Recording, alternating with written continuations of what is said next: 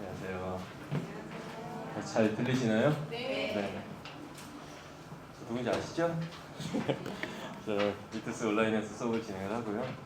수업은 대치, 목동 주요 학원과 중계에서도 수업을 하고, 지금 중계 지역은 국영수 토탈에서 제가 가장 많은 학생들을 가르치고 있습니다.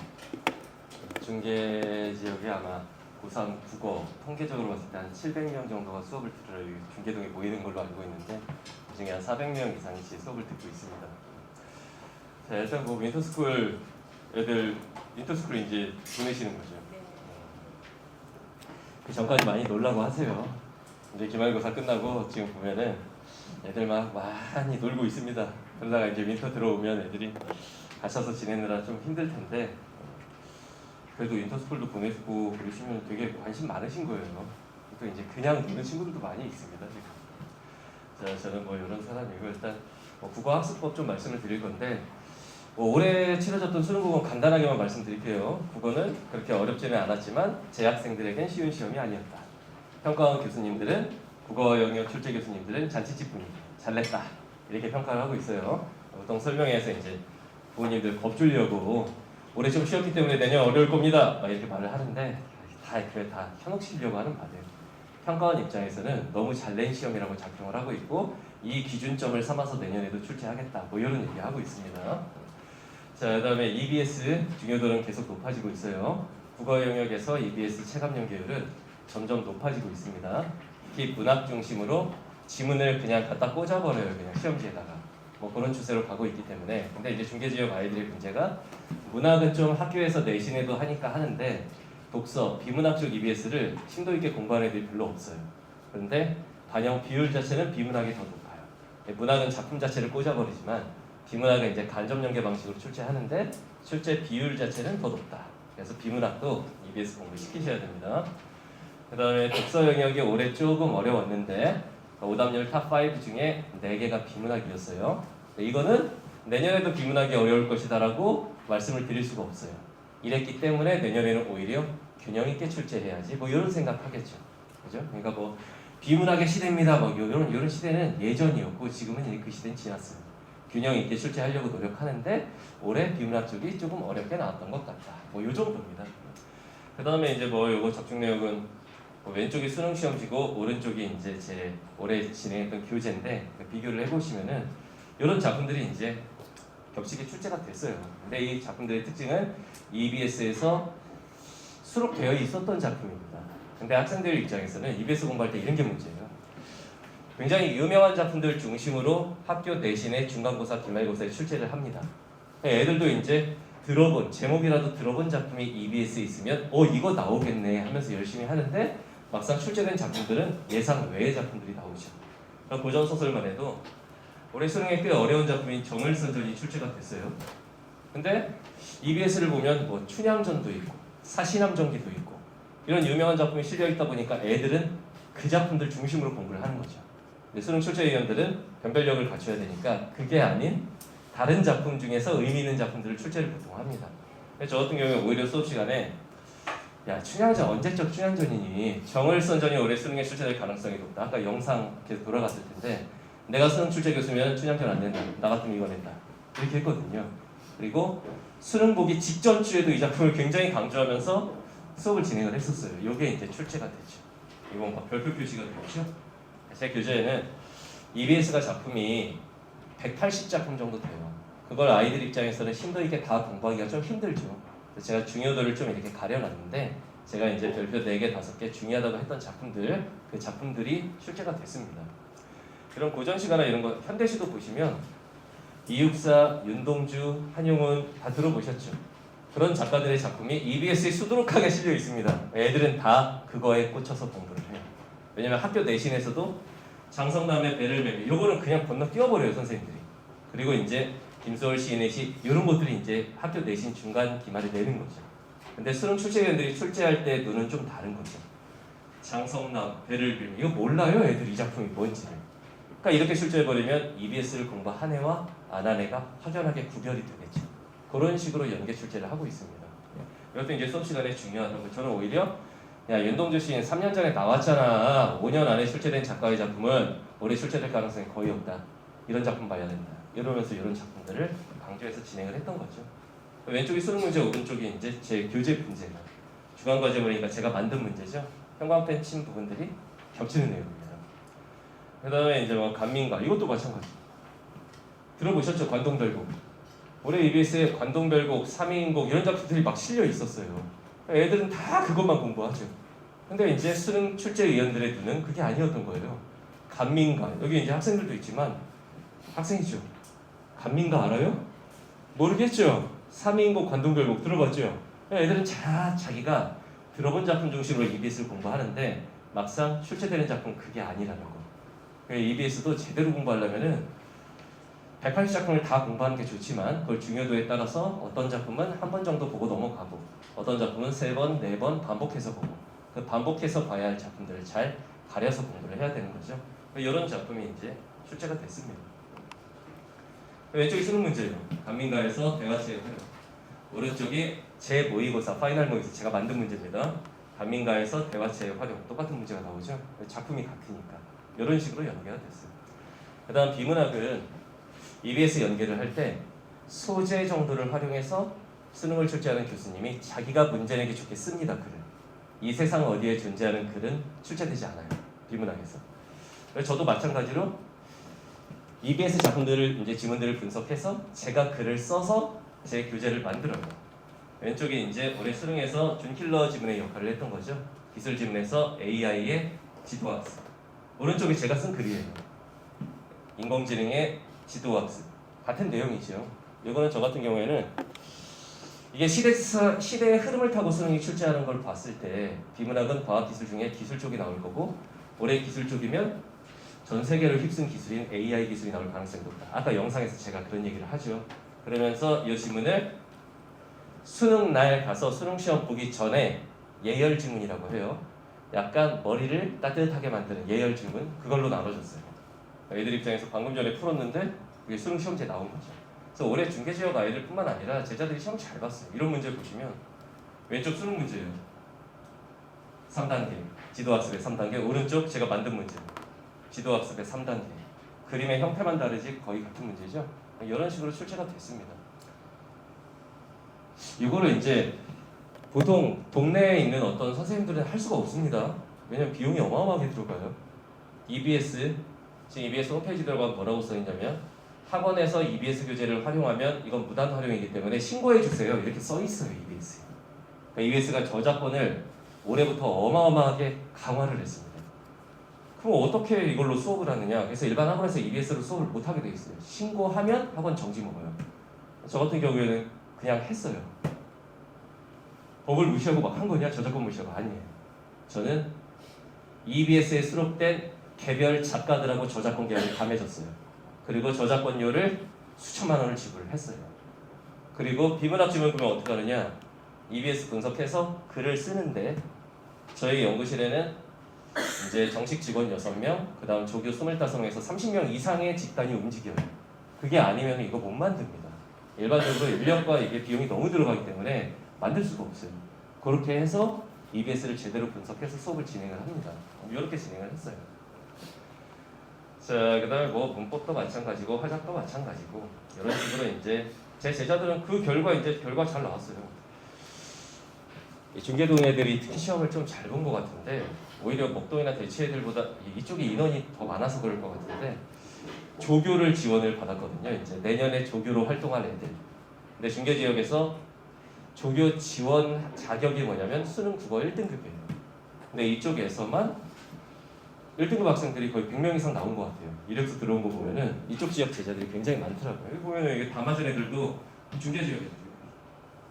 중계 애들 여기도 보면 중계 학림에서 들었던 친구들 뭐 이렇게 있죠. 그러니까 제 수업은 여기서 이제 수업이 또 있고 바로 옆 건물인 학림학원에 있죠. 희한하죠. 같은 강사가 왜 여기서도 하고 저기서도 하나 이상하다고 생각하셨을 텐데 그런 강사 자체가 이 지역에는 저밖에 없어요. 이렇게 그렇게 수업을 어디 하다 보니까 그렇게 됐습니다. 원래 이거예요. 저는 이제 이투스 온라인 소속 강사예요. 인강을 이투스에서 하는데 여기가 이투스 청소학원이죠. 근데 제가 수업을 학림학원에 먼저 들어가서 하고 있었어요. 단과 수업을. 근데 그게 하나가 다 마감이 되면서 저 수업하라고 큰 강의실도 학립에서 만들어주시고 하나 늘렸는데 또 마감 난 거예요. 그럼 회사 입장에서 뭐야 쟤는? 아니 이투스 학원이 바로 옆에 있는데 왜 여기서 안 하고 저기서 하는 거야? 그러면서 이제 여기서도 또 한 타임 하게 돼서 이렇게 총 3타임을 중개학원에서 하고 있습니다. 자, 국어를 잘하려면 뭐 어떻게 해야 되느냐? 딴 거 없습니다. 그냥 가볍게 말씀드리면 잘 읽고 잘 풀면 돼요. 내신하고 수능이 좀 다르다 보니까 설명할 때 이제 수능 강사들이 이런 말을 해요. 수능 국어는 내신하고 다릅니다. 사고력이 중요합니다. 하게 되는데 사고력은 생각하는 힘이잖아요. 일주일에 한 번 3시간 수업을 들었더니 우리 아이가 이제 19살인데 생각하는 힘이 막 향상됐어요. 이런 일은 없어요. 그런 게 아닙니다. 논술 시험이 사고력 향상 시험이죠. 주제 던져주고 당신의 생각을 써보시오. 이런 게 이제 사고력이고 수능 국어는 아직도 45문제가 다 객관식 오지선다고 그 중에서 출제위원들이 답을 정해놓습니다. 이거 3번이 답이다. 골라봐. 이런 시험입니다. 그걸로 무슨 사고력을 측정하겠어요? 수능 국어에서 원하는 능력은 2가지입니다. 잘 읽고 잘 풀면 돼요. 잘 읽는 능력을 우리가 독해력이라고 합니다. 근데 요즘 아이들은 부모님들이 보시기엔 좀 답답할 수도 있어요. 한글로 써 있는 걸 읽고 그게 무슨 말인지 이해를 잘 못합니다. 그리고 잘 풀면 되는데 읽기가 잘 안 된 상태에서는 풀기도 당연히 안 되겠죠. 그러니까 필요한 능력은 독해력 그리고 잘 푸는 능력, 문제 해결력 이 2가지예요. 요즘 애들은 왜 한글로 되어 있는 걸 읽고도 이해를 잘 못하느냐? 애들 욕할 게 아니에요. 그냥 세대가 바뀐 거예요. 부모님들은 어렸을 때 유튜브 보셨어요? 아니잖아요. 세대 자체가 활자 세대인 거고 좀 읽으면서 자라셨고 요즘 애들은 태어나 보니까 세상 자체가 미디어 세대인 거예요. 그래서 애들은 화면이나 이미지 이런 게 그냥 익숙하게 자란 아이들이에요. 다시 말하면 요즘 수능은 애들하고 스타일상 잘 안 맞아요. 그러니까 읽는 것 자체에 대한 거부감이 있습니다. 특히나 긴 글 거기다가 보조문학 이런 건 거의 태반이 한자어인데 진짜 수업 시간에 애들한테 너 네 이름 한문으로 한번 써봐라. 못 쓰는 애들이 절반이 넘어요. 그러니까 안 맞아요. 그냥 애들하고. 그런 세대인 거죠. 그 와중에도 이제 잘 읽고 잘 풀려면 어떻게 해야 되느냐. 일단 수능 국어는 언어를 다루는 과목입니다. 영어와 마찬가지로 언어를 다루는 과목이에요. 언어를 다루는 과목에서 제일 기본이 뭐죠? 어휘력이죠. 요즘 아이들은 이게 안 돼 있는 애들이 많아요. 자녀들하고 얘기를 하다 보면 와 우리 아들 진짜 무식하구나 이런 생각이 한 번쯤 들 때가 있을 수 있어요. 또 애들이 사용하는 어휘 이런 걸 잘 들어보면 왜 쟤는 저런 말을 쓸까? 이럴 때가 있을 수 있습니다.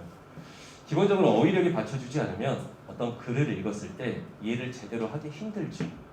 이게 단순히 고전문학만 말하는 게 아니에요. 고전문학은 당연히 어휘가 중요할 겁니다. 예를 들어 지문에서 뭐 시비가 어쩌고 하는데 애들은 시비가 시비 거는 줄 알아요. 그 여자 종이라는 뜻입니다. 그 이런 거 아는 애들도 별로 없고 기문학도 애들이 못하는 이유가 사실 그런 거죠. 수능 시험에 이런 문장이 나와요. 아리스토텔레스라는 철학자가 자신의 견해를 피력하였다. 애들은 피력했다고? 이게 무슨 말이야? 이렇게 돼버리는 거예요. 채무자가 자신이 가진 채권을 이행하여 채무자가 자신이 가진 채무를 이행하여 채권자가 가진 채권을 소멸시키는 행위를 변제라 한다. 수능에 나온 문장입니다. 이 부모님들 오히려 끄덕끄덕 하시잖아요. 애들은 그런 말 들으면 변제? 막 이래요. 이게 애들이 쓰는 용어가 아니에요. 이런 겁니다. 특히나 고1 막 이런 친구들은 채무자, 채권자 이게 사람 같긴 한데 누가 빌려준 거야? 막 이러고 있어요. 지문 읽으면서. 그러다 보니까 애들이 글을 읽어도 이해가 잘 안 되는 거죠. 답답해서 어휘책을 하나 써봤어요. 7년 전에 만든 책인데 지금 계속 개정을 하고 있는데 매년 이게 절판이 되고 다 나갑니다. 다. 애들한테 부족한 게 있는 거죠. 수능 국어를 전 영역을 영역별로 주제별로 중요도 순으로 나눠가지고 이제 영어 단어책처럼 만들어봤는데 이렇게 만들었어요. 수능 끝나고 나서 1등급 애들만 알바생으로 뽑은 게 아니라 1등급 마진에 2등급 마진에 3등급 마진에 4등급 마진을 한 8명 정도 2명씩 해서 뽑아놓고 연구실에다가 가둬놓고 6평, 9평 수능, 역대 수능 30번 싹 다 쌓아놓으면 한 사람 키만큼 됩니다. 너는 지금부터 문제를 푸는 게 아니다. 형광펜 다 지워주고 모르는 어휘 나오면 지문하고 선택지 보면서 한번 형광펜으로 표시만 해봐. 이렇게 됩니다. 가르치는 눈에서 이제 책을 만들면 안 되는 거거든요. 애들 수준에서 이제 책을 만들어야죠. 모른다고 표시한 어휘의 개수가 2등급이 1등급의 2배 정도 돼요. 3등급이 2등급의 2배, 4등급이 3등급의 2배. 뭐 1등급과 4등급 몇 배 차이 난다는 얘기 모르는 어휘가 결국 거기서부터 이미 차이가 납니다. 근데 애들은 어휘 공부를 안 하려고 해요. 왜냐? 본인이 한국인이니까. 웬만한 어휘는 다 안다고 생각을 해요. 말을 유창하게 하거든요, 애들이. 근데 막상 지문에 나오는 어휘들은 우리가 일상에서 사용하는 어휘들하고 좀 다릅니다. 이런 공부가 좀 돼 있어요. 제 제자들은 이거 1년 동안 5회독을 시킵니다. 이 정도는 알고 가야 된다라는 거죠. 저는 두 번째는 영역별로 글 읽는 방법에 대해서 좀 공부를 해야 돼요. 애가 어떤 국어학원을 갔다 왔을 때 우리 딸 오늘 국어학원에서 뭐 배웠어? 라고 했더니 애가 오늘 엄마 조선시대 시조 15개 배웠다? 이거 아무 의미가 없습니다. 이게 내신은 시험범위를 정해주니까 그게 되는데 수능 같은 경우에는 내가 배운 그 작품이 시험지에 찍혀있지 않아요. 그래서 몇 개의 작품을 시험장에서 배우고 왔다. 이거 큰 의미가 없습니다.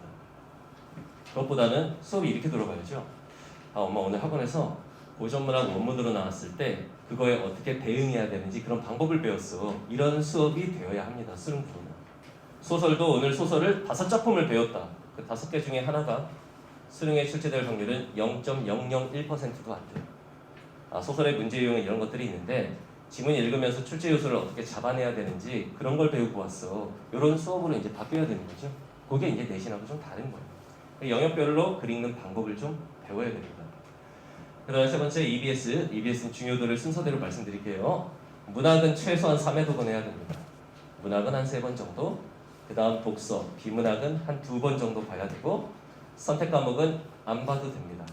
선택 과목은 체감 연계가 거의 느껴지지 않는 과목이기 때문에 시간이 되면 한 번 정도 푸는 정도, 시간이 안 되면 안 봐도 상관없습니다. 자, 그럼 문제를 잘 풀기 위해서 어떻게 해야 되느냐? 일단 첫 번째, 개념어 학습이 잘 돼 있어요. 선생님, 개념어가 어휘 아닌가요? 아니에요. 아까 말씀드린 어휘는 지문 독해하는 과정에서 알아두어야 하는 말이고 개념어는 선택지에 나오는 말들. 그러니까 예를 들면 이런 겁니다. 아이가 이제 지문을 봤어요. 한영훈 시인의 님의 침묵이 나왔다. 사랑하는 남녀가 있었는데 헤어져서 화자가 슬퍼하고 있어. 내용 다 됐어요. 문제 풀러갑니다. 밑글에 대한 내용으로 적절하지 않은 것은 선택지가 이렇게 써 있어요. 추상적인 관념을 구체화하여 화자가 자신의 의도를 드러내고 있다. 이렇게 가버리면 내용은 알겠는데 추상적인 관념을 구체적으로 형성하는 게 뭐야? 이 지문에서 그 부분을 잡아낼 수 있어야 되는데 그게 뭔데? 이렇게 되면 답을 못 찾아요. 개념어 학습이 돼요. 특히 문학과 문법 영역이 개념어 학습이 중요합니다. 이런 것들을 해야 되는 거고 그 다음 두 번째 문제 유형별 풀이법 공부를 해야 되는데 문제는 뭐냐면 문제 유형별 풀이법을 떠나서 아이들은 문제 유형이 뭐가 있는지 자체를 모릅니다. 그걸 잘 몰라요. 예를 들면 여기 보면 학생들 몇 명이 있죠. 딸인가요? 공부 잘하죠. 어머니는 아니라고 하는데 학생은 잘할 거예요 아마. 하도 많은 학생들을 가르치다 보면은 그냥 보면은 대강 얘가 몇 등급 정도 하겠구나가 그냥 처음 보는 애인데 눈빛 보면 그 정도 되지 않을까 싶어요. 그런 친구들이 있습니다. 근데 공부를 좀 하는 친구들도 몰라요. 예를 들면 소설의 문제 유형 몇 가지 있어? 되게 당황스러울 거예요. 소설의 문제 유형 몇 가지인지 알아요? 대강 떠오르는 거 뭔가 지나가는 건 있죠. 탁 답이 나오지 않는. 소설의 문제 유형은 7가지예요. 그 중에서 이제 4문제가 현대 소설에 출제되고 또 4문제가 고전 소설에 출제되는 겁니다. 근데 잘 생각을 해보시면 제가 여기서 내년 수능에 현대 소설은 이 작품이 출제됩니다. 라고 했는데 그거 나오면 저는 내년에 감옥에 가 있을 거예요. 이건 말이 안 되는 거잖아요. 지문은 매년 바뀌어요. 뭐가 나올지 모릅니다. 그런데 그 밑에 딸려있는 문제 유형은 수능이 32년간 진행이 되면서 이미 자리를 잡아서 고정이 되어 있어요. 예를 들어 소설 지문이 나오면 그 밑에 문제는 이렇게 갑니다. 첫 번째 문제가 서술상의 특징을 파악하는 문제가 나와요. 두 번째 문제는 인물 간의 관계를 파악하는 내용 일치 문제가 나오고 세 번째 문제는 지문의 기억에서 미음박이 이렇게 밑줄 쳐 있습니다. 그 밑줄 친 각 부분에 대한 문제가 나오고 네 번째 문제는 보기 박스를 딱 주고 지문의 내용을 보기 박스에 적용하여 이해하는 외적 중거 활용 문제라고 하는데 이게 이미 문제 유형이 정해져 있습니다. 지문은 뭐가 나올지 모르는데 문제 스타일은 정해져 있다. 그렇다면 문제 유형별로 어떻게 푸는 게 효과적일까? 이런 거에 대한 공부를 좀 해야 되는데 다시 한번 말씀드려요. 애들은 문제 유형 자체가 뭐가 있는지를 잘 몰라요. 말하면 그제서야 아 그런 것들 나오죠. 이렇게 말을 합니다. 경제 지문의 그래프 문제 애들이 진짜 싫어하는 문제예요. 경제 지문의 그래프 문제가 나오면 어떻게 접근해서 풀면 좀 빠르고 정확하게 풀 수 있는 걸까? 이런 거에 대한 공부를 해야 됩니다. 그러니까 이런 방향으로 수능 공부를 해야 되는 거죠. 자, 다음 세 번째는 시간 단축. 수능 국어는 공부를 잘하는 친구들도 1교시에 허덕허덕합니다.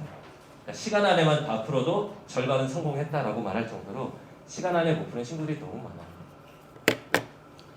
강사로서 이제 애들한테 제일 많이 받는 질문 중에 하나가 뭐냐면 선생님 어떻게 하면 1교시 국어 영역을 시간 안에 다 풀 수 있나요? 저 맨날 시간 부족해서 한 지문 정도를 찍거나 코너에 몰려서 대강 밑줄만 보고 풉니다. 막 이래요. 많은 선생님들은 이렇게 대답을 해요. 빨리 읽어 이렇게 얘기를 해요. 누구보다 걔가 빨리 읽고 싶을 텐데 마음은 그건 도움이 안 되는 말이잖아요. 너는 문제 풀 때 고민하는 시간을 줄여야 돼. 막 이런 말을 합니다. 자, 답답해서 책을 한번 썼어요. 제목 네가 시간 안에 못 푸는 이유. 이걸 전 영역으로 쪼개서 책을 썼더니 이게 이제 또 책이 잘 팔려요. 애들한테 필요한 게 이런 거였던 거죠. 이런 것들도 이제 시간 안에 못 푸는 제자들한테는 제공이 됩니다. 보충 강의. 자, 그다음에 이제 제 현장 강의 진행 이제 윈터스쿨 친구들은 윈터 과정에 이제 리투스에 다닌다는 특전이 있어요. 그러니까 그 기간 동안에는 제 강의를 여기 옆에 있는 한림학원이랑 동일한 강의를 무료로 들을 수 있습니다. 윈터 끝나고 이제 단과로 전환이 되죠. 그리고 한림학원 쪽은 이제 강의가 거의 다 마감 상태이기 때문에 윈터에서 진행되는 강의를 들으셔야 될 거예요. 자, 일단 강의 같은 경우에는 아까 말씀드렸죠. 미디어 세대. 미디어 세대 아이들의 특성에 맞게 수업을 진행을 합니다. 그러니까 쉽게 말하면 이런 거예요. 요즘 아이들의 단점은 뭐냐? 장기 집중력이 떨어져요. 이 쇼폼 세대다 보니까 장기 기억력이 떨어집니다. 대신 얘네들의 강점이 있어요.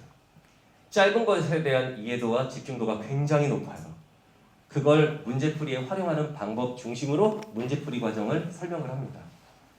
그래서 아까 이제 아까 문자 보여드렸던 것 중에 한림에서 처음 들어올 때 6등급이었는데 그 친구가 이번에 수능에서 98점 맞은 경우도 있어요. 이게 국어는 그럴 수 있어요. 수학 같은 경우 힘들어요. 근데 국어는 예를 들면 이런 거죠. 저하고 이제 친한 선생님 중에 정승재라고 있어요. 지금 TV에 많이 나오는 수학 선생님. 1등급과 4등급은 실력 차이가 이미 어마어마하다. 수학은 이 얘기를 해요. 1등급 아이들이 알고 있는 걸 4등급은 모르니까 못 푸는 거다. 그렇죠. 수학은 뭐를 배워야 풀 수 있는 과목이니까. 그럼 국어는 1등급과 4등급의 실력 차이가 어마어마한 것이냐? 그렇지 않아요. 1등급이 알아야 할 걸 4등급 애들은 다 모르는 거냐? 1등급은 막 직유법, 운유법 이런 거 아니야. 4등급은 그것도 모르냐? 그렇지가 않아요. 그러면 4등급 애들은 한글을 못 뛰었나요 아직? 그런 게 아닌데 도대체 이 차이가 어디서 오는 것이냐? 그런 방향성을 잘 잡고 공부를 하는 게 중요해요. 수능 국어는 한국인이면 누구나 사실은 1등급을 받을 수 있는 기본적인 소양은 가지고 있습니다. 왜? 한글 띄었으니까. 읽을 수 있으니까. 어지간한 어휘력을 한국인이면 가지고 있으니까. 현석이라는 제자가 있었어요. 이제 군대 갔다 와서 대학을 다시 가겠다고 찾아온 제자였는데 평촌 학원가에서 제 수업을 들었어요. 군대 갔다 왔으니까 뭐 아는 게 없죠. 다 까먹었고. 처음에 자기가 이제 수능 시험지를 한번 풀어봤대요. 그것도 시간 재고 푼 것도 아니고 열심히 풀어봤대요.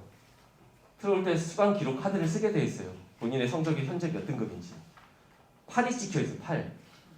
국어 8등급은 그냥 한국어 할 줄 아는 원숭이라고 생각하시면 돼요. 왜냐면 국어는 최선을 다해 열심히만 풀어도 5등급 밑으로 나오기가 힘든 과목이에요. 이게 8등급 열심히 풀었는데 그 친구가 작년 수능 국어는 불국어였습니다. 올해 말고 작년 국어 만점짜리 표점이 수학 미적 만점 표점보다 높았어요. 150점이 넘어갔으니까 그 시험에서 걔가 1컷이 84였죠. 작년에 걔가 98점 맞았어요. 한 개 틀렸어요. 그러니까 국어는 이게 될 수도 있는 과목이에요. 딱 한글 읽을 줄 아니까. 그죠? 근데 어떤 특색을 가지고 이제 그러니까 어떤 방향성을 가지고 공부를 하느냐가 국어가 굉장히 중요합니다. 선생님들마다 가르치는 방식도 수학은 크게 다를 게 없는데 왜? 가르칠 내용이 정해져 있으니까. 근데 국어는 교재 구성부터 시작해서 모든 게 선생님들마다 많이 달라요. 어떤 선생님은 지문 먼저 읽고 문제를 풀어요. 어떤 선생님은 문제 분석 먼저 하고 지문을 읽고 완전히 다 다릅니다. 자, 두 번째 컨텐츠 같은 경우에는 중개 지역에서는 찾아올 수 없는 컨텐츠들. 제 교재들은 다 출판 교재로 찍혀 나옵니다. 제가 계약한 출판사가 있어요. 그 출판사들로 출판 교재들을 진행을 합니다.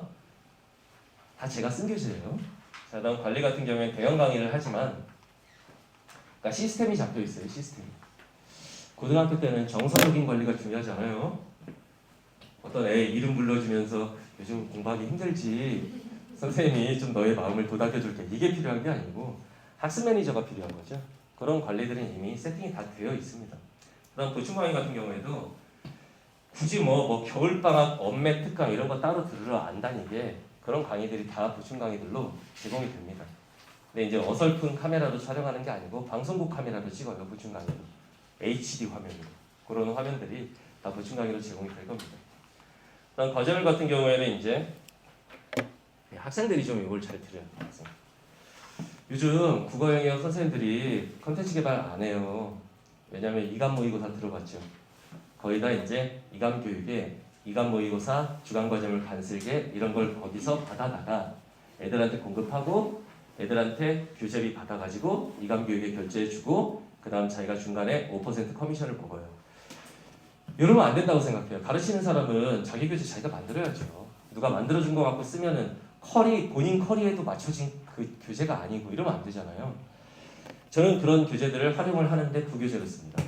저는 파이널 모의고사도 본인 모의고사로 진행하는 이 지역의 거의 유일한 강사일 거예요. 아까 보여드린 적중 내역은 다 여기서 나왔어요.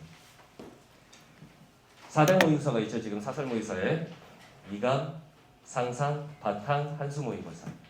그 4개 모의고사를 다 합친 것보다 신영균 모의고사의 적중률이 더 높았어요.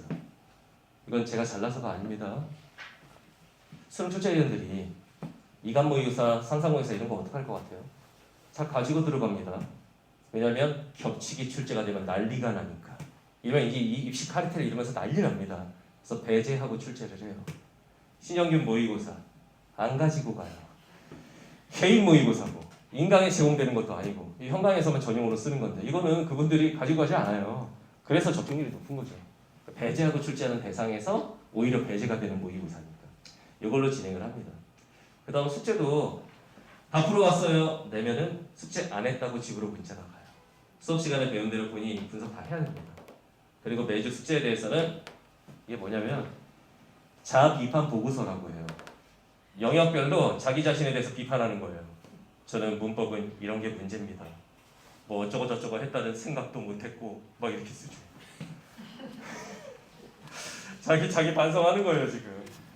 뭐 독서 자기 이제 또 반성을 하는 거죠. 사문단을 읽었는데 어휘 때문에 이해가 하나도 안 되고 막 이렇게 쓰는 거예요. 거기다 이제 빨간색으로 첨삭을 해서 이런 경우엔 이렇게 공부해야 돼. 이런 게 이제 학습 관리인 거죠. 이렇게 관리가 진행이 됩니다. 그다음 방금 보여드렸던 모의고사 성적표를 한 달에 한 번씩 계속 보내드릴 건데 이 성적은 중개 아이들을 대상으로 하는 성적이 아니에요. 대치, 목동, 중개 주요 학원과 그리고 제가 특강을 하는 재수생들까지 싹 다 했을 때 우리 아이의 성적이 어느 정도인지를 이렇게 나와요. 시는 몇 등, 소설은 몇 등, 비문학 몇 등, 융합지문 몇 등, 영역별 등수가 나갑니다. 그러면 우리 애는 어디가 부족한지를 알게 되죠. 성적표만 내보내는 게 아니라 그때 이게 같이 나가요. 너는 이 영역이 약하니까 이번 달 안에 이거 다 풀어와. 이게 나가요. 이게 한 달에 한 번씩 계속 나가요. 여기에 기출문제가 단 한 문제도 없습니다. 왜냐면 공부 좀 하는 아이들은 기출문제는 나중에 반복해서 풀다 보면 문제 딱 보면 답이 기억나요. 근데 시험장에 가면 처음 보는 문제들을 풀어야 되죠. 이거 다 연구소에서 제작한 문제입니다. 애들의 입장에서는 다 처음 보는 문제.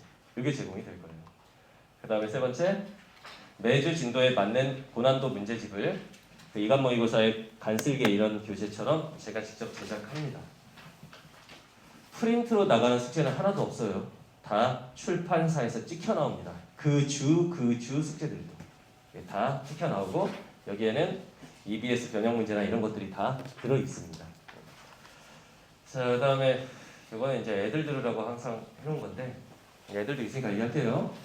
제 조카가 이제 아주 친한 사촌 누나의 아들, 전라북도 익산 친구인데 이제 남성고등학교라고 기숙학교 있어요. 익산에는 다닐 만한 학원이 없어요.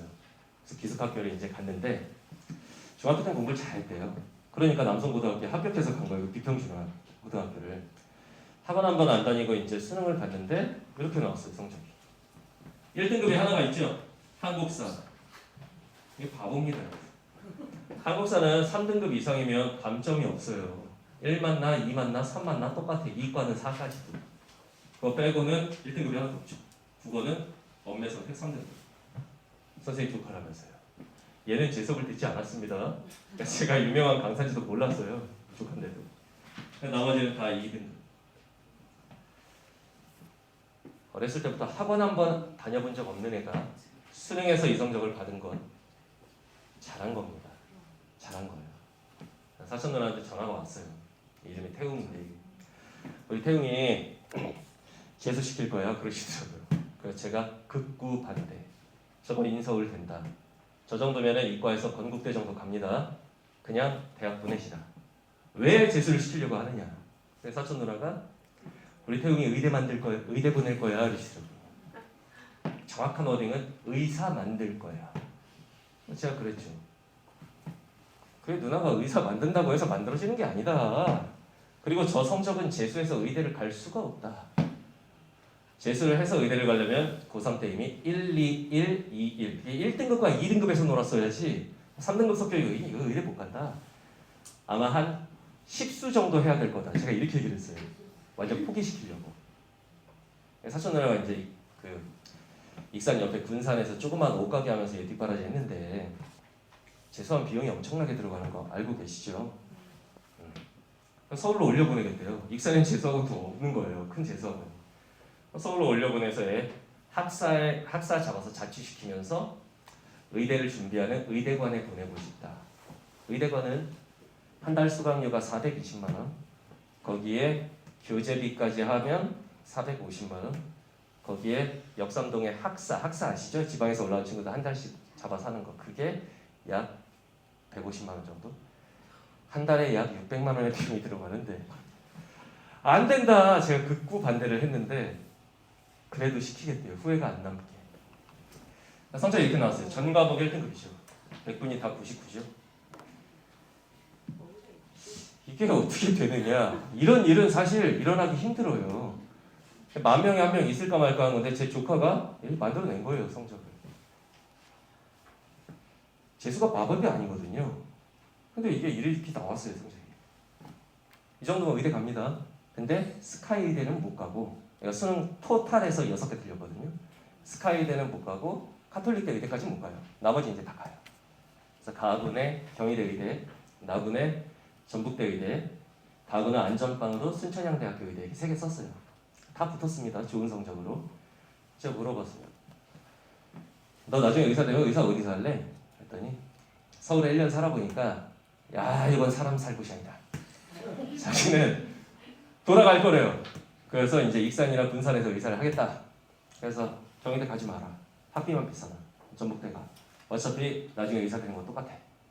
전북대 의대 되게 좋은 학교거든요. 전북대 의대가 차석이에요. 그런데 수석 합격자가 이게 전체 수석이겠죠. 의대 수석 차석이니까. 그 애가 서울에 있는 의대로 가면서 얘가 수석이 됐어요. 6년 전액장학금. 근데 합격했다고 이렇게. 근데 제 조카라서가 아니라 애가 참 착했어요. 여기도 지금 올해 서울대 의대 붙은 애가 이미 나왔어요. 제 제자 중에 중계에서도. 그런 친구들은 수업 시간에 물어봐요. 공부 잘하는 거 아니까 너 무슨 거 어디 갈 거야? 저 의대요. 이과 애들 공부 잘할 다 의대 가겠대요 요즘에. 왜? 라고 물어보면 애들 뭐라고 그럴 것 같아요? 돈 잘 버니까요. 이거요. 너 무슨 과 전공할 거니? 뭐라고 그럴까요 애들이? 피성안이요 이렇게 말을 해요.